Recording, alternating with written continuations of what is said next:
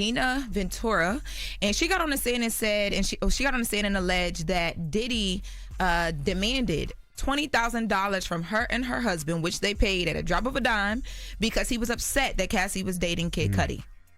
Now, her testimony was very short and to the point. The prosecutors asked her a few questions about, just her relationship, the background when she met him. And she said, my daughter was his artist, and then it progressed into her dating him. She moved to LA, and we would only see her certain times. She then began to talk about how, those certain times would be Cassie coming home for the holidays. She went into one holiday when Cassie came home in December.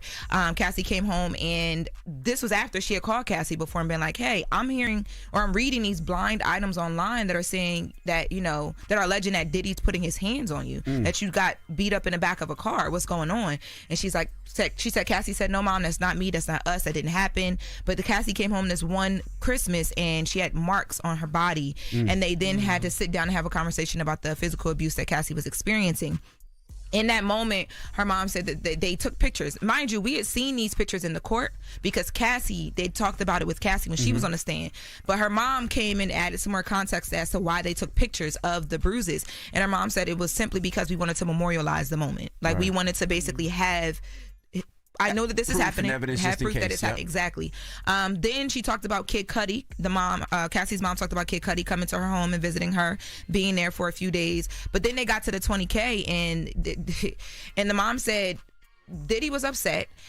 He reached out and allegedly told her, "Look, I just spent $20,000 on Cassie, and now she's dating Kid Cudi, and I need to recoup my money. So y'all send me this money." And this was after they had gotten this email that Cassie had sent, they, as in Cassie's parents, detailing the fact that Diddy had these sex tapes allegedly that he threatened Cassie to release, and he had threatened her that something was going to happen to her and Kid Cudi, and that his hands weren't going to be, it wasn't going to come from his hands. He would actually be out of the country.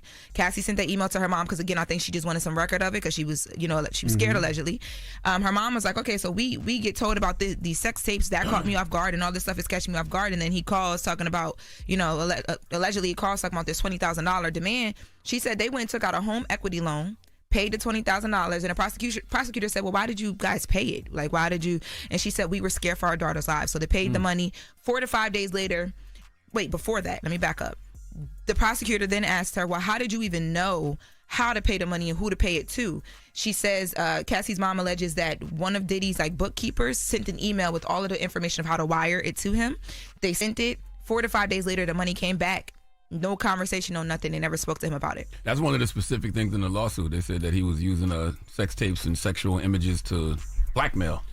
Yes. Cassie. Other people. Now I think, they should have known before, but now I guess people can understand why Cassie and Cassie's family is going so hard. If you call me, my daughter, and say, you got my daughter's sex tape and I'm going to release it for $20,000 and you're $100 millionaire. And I had to take out a home loan? I had to take home a home loan to pay that. Man. Because you had the money. You didn't need the money. You did it because you just wanted to make me do it. Exactly. I'm going to try to bury you. If not, try to hurt you myself. No, let me tell you, talking about That's crazy.